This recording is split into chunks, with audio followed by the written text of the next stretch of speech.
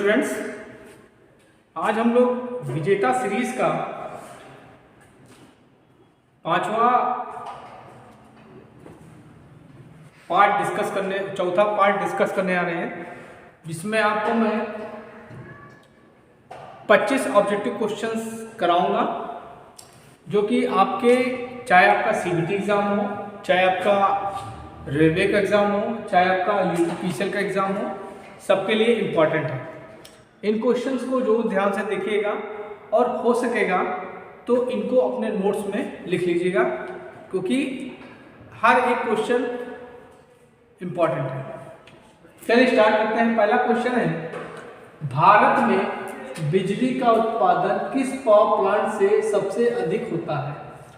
Thermal से, ठीक, hydro से, न्यूक्लियर से, सोलर से।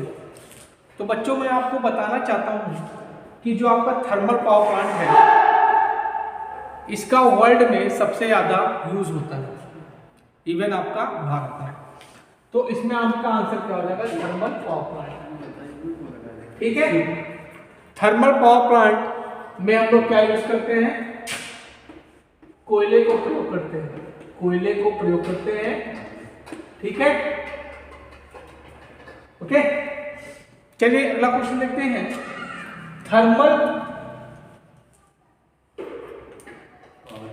देखिए, थर्मल से जो है इंडिया में 65% बिजली का उत्पादन होता है। थर्मल से जो है आपका इंडिया में उत्पादन 65% होता है। हाइड्रो से 10 से 12% जो है हम लोग हाइड्रो से उत्पादन करते हैं। न्यूक्लियर का जो परसेंटेज है ये 1.8% है। न्यूक्लियर से हम लोग 1.8% जो है बिजली का उत्पादन करते हैं। चलिए अगला क्वेश्चन देखते हैं। थर्मल पावर प्लांट की इफिशियंसी कितनी है? 30 से 45%, 35 से 40%, 80 से 90%, 50 से 60%। तो जो आपका थर्मल पावर प्लांट है, इसकी जो इफिशियंसी है ये आपकी क्या है? 35 से 40% है। और जो आपका ये 90%, 80 से 90% है, ये आपकी न्यूक्लियर और हाइड्रो पावर प्लांट की है। दोनों की इफिशियंसी क्या है? सेम है। ठीक है, चलिए अगला क्वेश्चन देखते हैं। बहुत इंपॉर्टेंट क्वेश्चन है। आइडियल पावर प्लांट किसे कहा जाता है? तो आइडियल पावर प्लांट पूछ रहा है। आइडियल मतलब क्या? जिसमें कोई दोषी ना हो। ठीक है, लेकिन ऐसा पॉसिबल है नहीं, लेकिन चलिए मानते हैं। Thermal, hydro, nuclear, solar. तो देखिए, थर्मल तो हो नहीं सकता, क्योंकि इसकी एफिशिएंसी कितनी है? 35 से 40% है। बच्चे जो हैं, अच्छे बच्चे हाइड्रो और न्यूक्लियर में कंफ्यूज हो जाते हैं। ठीक है, तो इसमें आंसर क्या होगा आपका? हाइड्रो पावर प्लांट को हम लोग आइडियल पावर प्लांट कहते हैं। इससे बिजली का उत्पादन करते ही करते हैं, इससे और भी चीजें हम लोग को मिलती हैं, इसलिए हम लोग इसको आइडियल पावर प्लांट कहते हैं। और इसकी दक्षता क्या होती है? 80 से 90% होती है। 80 से 90% होती है। और जो भारत में बिजली का उत्पादन है, 10 से 12% हाइड्रो पावर प्लांट से किया जाता है। ठीक है, लेकिन सबसे खचीला यही होता है, क्योंकि हमको स्पेस बहुत ज्यादा चाहिए इसके लिए। ठीक, चलिए अगला क्वेश्चन देखते हैं।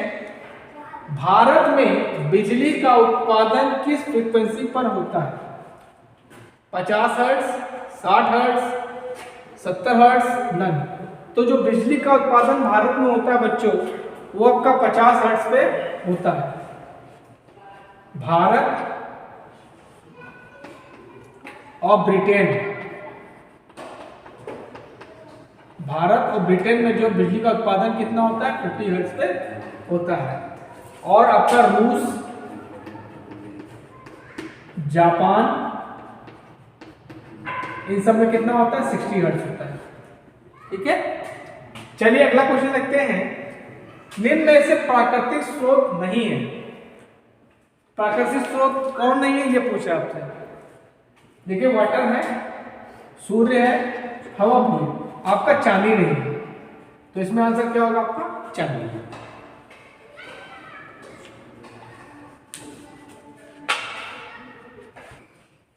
चलिए अगले क्वेश्चन देखते हैं। क्वेश्चन कह रहा है कि निम्न में से कौन सा प्राकृतिक स्रोत है। प्राकृतिक स्रोत मतलब समझ गए आप, जो पूरे ब्रह्मांड में नहीं मतलब धरती पे पाया जाता है। ठीक, कोल, वाटर, सूर्य, सन माने सूर्य, ऑल। तो बच्चों ये तीनों जो है आपके प्राकृतिक स्रोत है, तो उसमें ऑल बिल्कुल सही है। ठीक, चलिए अगला क्वेश्चन देखते हैं। भारत में बिजली का उत्पादन कितने केवी पर होता है। बहुत ही इंपॉर्टेंट क्वेश्चन है। 11 केवी पे, 33 केवी पे, 66 केवी पे और कोई नहीं। तो भारत में जो बिजली का उत्पादन होता है वो 11 केवी पे होता है। और जो आपका रूस है, रशिया हो गया, अमेरिका हो गया, वहां पे 33 केवी पे होता है। ये हमने बताया, क्यों नहीं बताया ना। ठीक, चलिए अगला क्वेश्चन देखते हैं। चित्र में दिए गए सिंबल को पहचानें। ये देखिए आपको सिंबल दे दिया गया और पूछा ये कौन सा सिंबल है। ये कैथोड दे दिया है, ये गेट दे दिया है, ये एनोड दे दिया है। ठीक है, तो बेटा इसको तो ऑप्शन तो हमने लिखा ही नहीं। चलो कोई बात नहीं। तो बच्चों इसमें आंसर होगा आपका एससीआर कहिए चाहे थायरिस्टर कहिए। ठीक, चलिए अगला क्वेश्चन देखते हैं। चित्र में दिए गए सिंबल को पहचाने। ये कौन सा है, ये आपका जीटीओ है। क्या है आपका ये जीटीओ क्या है, ये आपका एससीआर की फैमिली का है। इसमें क्या होता है, ऑफ करने के लिए हमको निगेटिव पल्स देना पड़ता है। ठीक है, चलिए अगला क्वेश्चन देखते हैं। चित्र में दिए गए सिंबल को पहचानिए। देखिए आपको सिंबल दे दिया गया, अब ये पूछा ये कौन सा सिंबल है।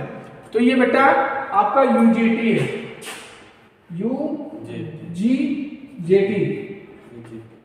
Unique junction transistor. ये आपका बेस 1 होता है, ये बेस 2 होता है, ये मीटर होता है। ठीक है, चलिए अगला क्वेश्चन देखते हैं। चित्र में दिए गए सिंबल को पहचाने। तो बेटा ये आपका MT1 हो गया, ये आपका MT2 हो गया। तो बेटा ये आपका डायक है। क्या है आपका डायक मतलब डाई प्लस एसी। ठीक है, ठीक है।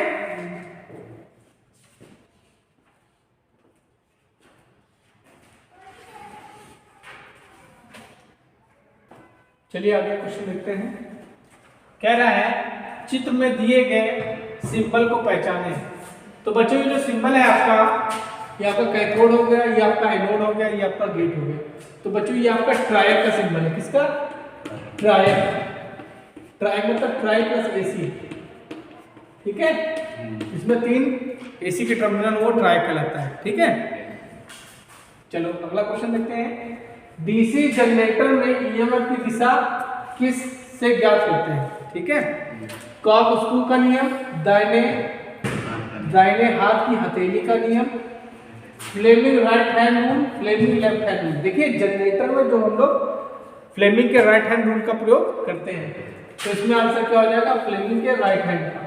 ठीक है, अगला क्वेश्चन देखते हैं। डीसी मोटर में ईएमएफ की दिशा किस नियम से ज्ञात करते हैं। तो देखिए मोटर की बात आती है तो वहां पे हम लोग फ्लेमिंग के लेफ्ट हैंड रूल का यूज करेंगे। ठीक है, अगला क्वेश्चन है। गतिशील रूप से प्रेरित ईएमएफ का सूत्र है BLV, BL sin theta, BLV sin theta, BLV cos theta. तो बच्चों इसमें आंसर क्या होगा, BLV sin थीटा। ठीक है, हाँ। और गतिशील प्रेरित ईएमएफ का हम लोग कहाँ प्रयोग करते हैं, हम लोग जनरेटर में करते हैं। कहाँ करते हैं, जनरेटर में। और स्टैटिक का प्रयोग हम लोग ट्रांसफार्मर में करते हैं, ये भी आपको पता होना चाहिए। मैग्नेटिक फील्ड की दिशा ज्ञात करने के लिए किस नियम का प्रयोग करेंगे। तो यहाँ पे आप लोग कॉक-स्क्रू नियम का प्रयोग करेंगे। ठीक है, चलिए अगला क्वेश्चन देखते हैं।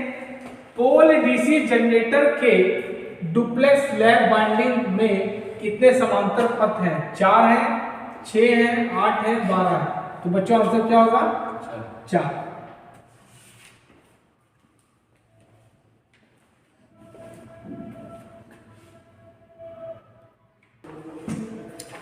चलिए अगला क्वेश्चन देखते हैं। डीसी जनरेटर में इंटरपोल्स कैसे जुड़ते हैं। देखिए पहले आप लोग जान लीजिए इंटरपोज क्यों यूज करते हैं।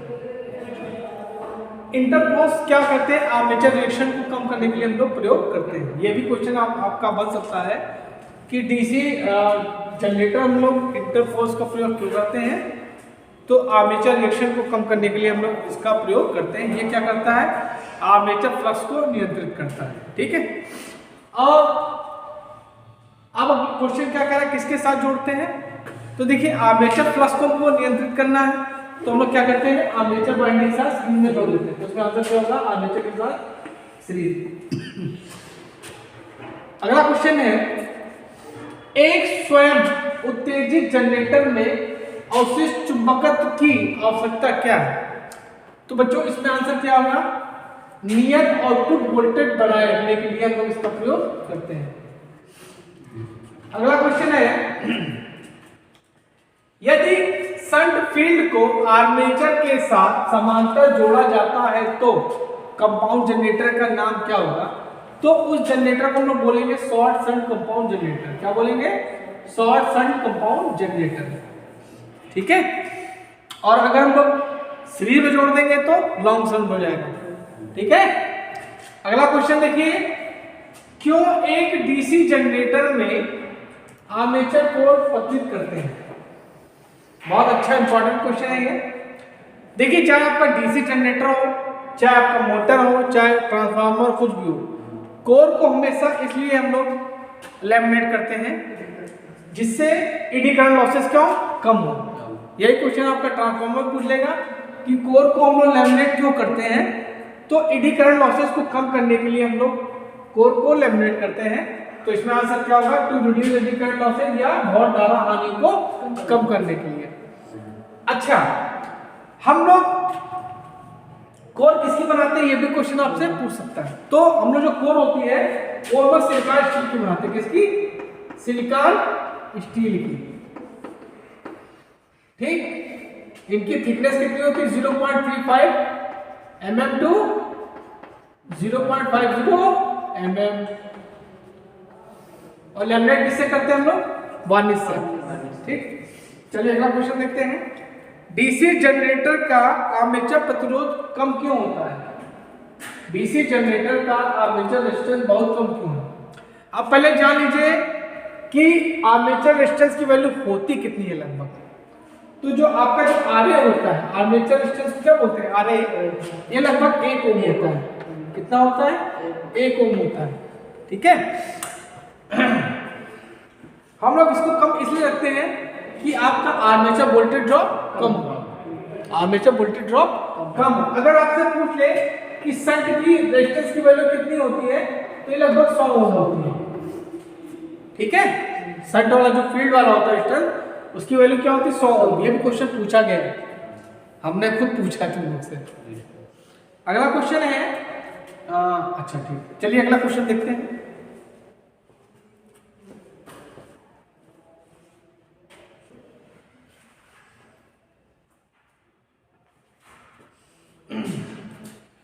चलिए अगला क्वेश्चन देखते हैं, डीसी जनरेटर में घड़ी की दिशा में ही क्यों चलना चाहिए।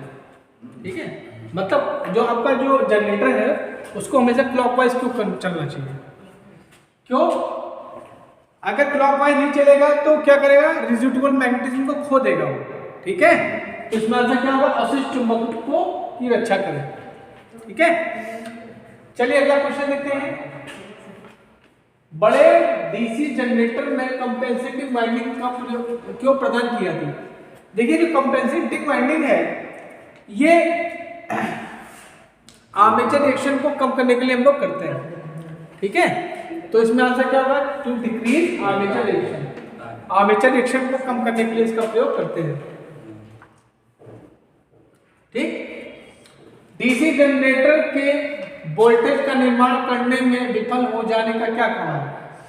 इसका कारण है कि जो फील्ड रेजिस्टेंस है वो कांटिक रेजिस्टेंस से कम हो जाता है, ज्यादा हो जाता है। ठीक है, चलिए अगला क्वेश्चन देखते हैं, जनरेटर का नाम क्या है यदि इसका क्षेत्र आर्मेचर के समांतर में जुड़ा हो। देखिए ये आपका फील्ड हो गया, और ये आपका आर्मेचर हो गया। अब इस आर्मेचर के पहले में जुड़ा है तो कौन सा होगा, ये आपका संट होगा। क्या होगा, संट होगा। ठीक, तो कौन सा जनरेटर होगा आपका, संट होगा। ये आपका संट जनरेटर हो गया। अगर सीरीज में जोड़ देते हैं तो क्या हो जाएगा, सीरीज जनरेटर हो जाएगा। ठीक है, तो इसमें आंसर क्या होगा, संट जनरेटर। ठीक, देखिए संट जनरेटर बहुत अच्छा जनरेटर है, बहुत सीधा बच्चा है। इसका जो वोल्टेज रेगुलेशन होता है सबसे अच्छा होता है। संट जनरेटर का सबसे अच्छा वोल्टेज रेगुलेशन होता है। ये भी क्वेश्चन आपको पता होना चाहिए। ठीक है, और संट हम लोग वहां यूज करेंगे जहां आपको कांस्टेंट वोल्टेज चाहिए। ठीक है, कहाँ यूज करते हैं इसका हम लोग, बैटरी चार्जिंग, इलेक्ट्रोप्लेटिंग है, बैटरी चार्जिंग। ठीक, सेंट्रीफ्यूगल पंप। ठीक, अब देखिए पोल शू का कार्य है। पोल शू का भैया एक ही कार्य है, जो एयर गैप में फ्लक्स है उसको समान रूप से वितरित कर देता है। ठीक है, और किसका बना होता है, कॉस्ट आयरन। ठीक, तो ये क्या करेगा, फ्लक्स को एयर गैप में समान रूप से वितरित करेगा। एक हमने यूपी पीसीएल ग्रुप में पूछा था क्वेश्चन कि जो एयर गैप होता है इंडक्शन मोटर में डीसी मोटर की तुलना में ज्यादा होता है कि कम होता है, कोई बता नहीं पाया। ज्यादा होता है। क्या होता है, ज्यादा होता है। ठीक, हम बताएं, सब कुछ बता दें। अगर मेहनत से पढ़ोगे तो मैं कंपटीशन की तैयारी करवाऊंगा, सीबीटी की बात ही छोड़ो। ठीक, स्लिप रिंग का कार्य है, ठीक, टू कलेक्ट करंट, मतलब धारा को एक दिशा में करना। हाँ वही ग्रहण करना है। ठीक, डीसी जनरेटर में ब्रश किसका बना होता है, देखिए ब्रश का काम क्या होता है। देखिए पहले समझ लीजिए ब्रश होता क्या है। देखिए ब्रश का कार्य क्या है कि जो बाहरी सर्किट्स हैं उनको करंट पहुंचाना। ठीक है, ये कम्यूटेटर से करंट को कलेक्ट करता है और बाहरी सर्किट को धारा पहुंचा देता है। और बात आती किसका बना होता है, तो बनाने को तो सब कुछ बना सकते हो, लेकिन बनाते हम लोग कार्बन या ग्रेफाइट का। ठीक है, कार्बन या ग्रेफाइट का।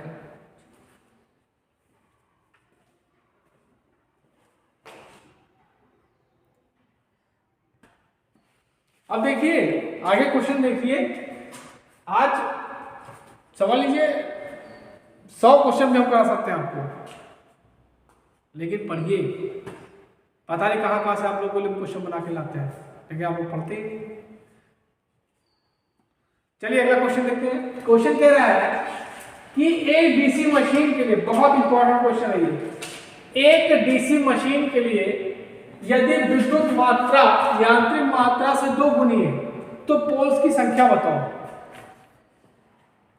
अगर मेहनत से पढ़े होगे तभी इस टाइप का क्वेश्चन कर लोगे, अगर नहीं पढ़े होगे तो नहीं कर पाओगे, चाहे जितना कॉपी पटक लो। देखिए फॉर्मूला होता है इलेक्ट्रिकल इक्वल टू क्या होता है,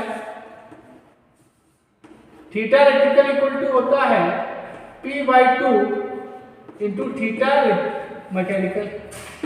ठीक, यहां पे क्या कर रहा है कि जो इलेक्ट्रिक की वैल्यू है वो मैकेनिकल की 2 गुनी है, तो यहां पे हम क्या कर दें, यहां पे 2 कर दो, तो क्या आएगा 2 थीटा हो जाएगा equal to P/2 into theta हो जाएगा। अब थीटा कैंसिल हो जाएगा, तो P इक्वल टू कितना रहेगा, 2 गुणे 2, तो कितने पोल बनेंगे, 4 पोल। तो इसमें आंसर क्या होगा बच्चों, 4। तुम्हारा क्वेश्चन गलत हो गया। चलिए अगला क्वेश्चन देखते हैं। डीसी जनरेटर की इलेक्ट्रिकल एफिशिएंसी डैश डैश द्वारा लिखते हैं, VI/EGIA, EGIA upon VI, V upon EG और नन। देखिए एफिशिएंसी इक्वल टू क्या होता है,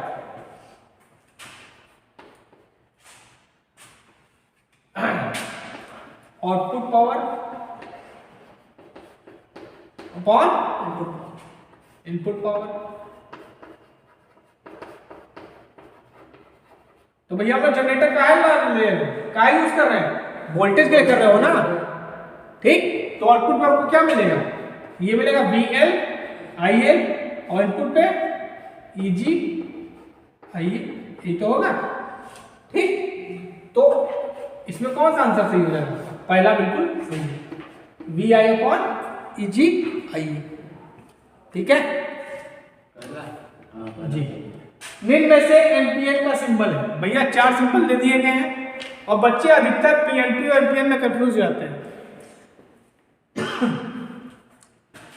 हमने क्या कहा, हमेशा कहा है कि इस एरो को याद रखो। अगर तुमने एरो को याद रखा कभी कंफ्यूज नहीं होगे एनपीएन और पीएनपी में। एन फॉर निकलना, ठीक, एनपीएन का बोल रहा है तो कौन सा निकल रहा है, ये निकल रहा है, तो यही सिंबल हो गया आपका एनपीएन, ठीक है। और पी फॉर प्रवेश, ये किसका सिंबल हो गया, पीएनपी का हो गया, ये आपका एनपीएन हो गया, ये आपका एनपीएन और ये आपका पीएनपी हो गया। ये क्या है आपका यूजेटी है, ये क्या है आपका एससीआर या थारिस्टर, सिलिकॉन कंट्रोल रेक्टिफायर।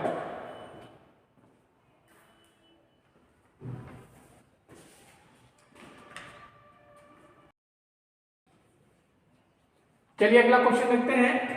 निम्न में से शॉटकी डायोड का सिंबल है, ठीक। अभी देखिए 4 आपको सिंबल दे दिए गए, उसमें से पूछा शॉटकी डायोड कौन सा है। पहला है, दूसरा है, तीसरा है, चौथा है। तो ये जो आपका है ये आपका शॉटकी डायोड, ये आपका शॉटकी डायोड।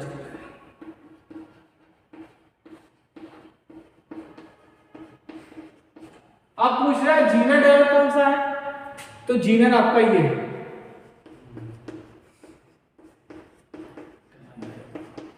जीनर डायोड में डोपिंग लेवल कितना है 10⁻⁶/1, ठीक। इसमें कहां यूज करते हैं इसको, वोल्टेज रेगुलेशन करते हैं, ये सब पढ़ लो। रिवर्स में यूज होता है, रिवर्स बायस में यूज होता है। अब आपका है टनल डायोड, टनल डायोड ये है आपका, ठीक, ये आपका टनल डायोड है, टनल डायोड। इसका डोपिंग लेवल कितना है 10⁻⁴/1, ठीक है। उसके बाद आपका क्या बचा, वायरेक्टर डायोड, ये आपका वायरेक्टर डायोड, यहां पे देखिए कैपेसिटर लगा है, ठीक। तो बच्चों आज के लिए इतना बहुत है, हम बहुत थक गए हैं। नेक्स्ट लेक्चर में आपको 50 और ऑब्जेक्टिव क्वेश्चन बताएंगे और आप लोग मेहनत से पढ़ा करिए, क्योंकि इतनी मेहनत से मैं आप लोगों के लिए वीडियो बनाता हूँ, ठीक है। और अगर आप मेरे चैनल पर नए हैं तो प्लीज़ मेरे चैनल को लाइक करिए, शेयर करिए एंड सब्सक्राइब करिए। Thank you.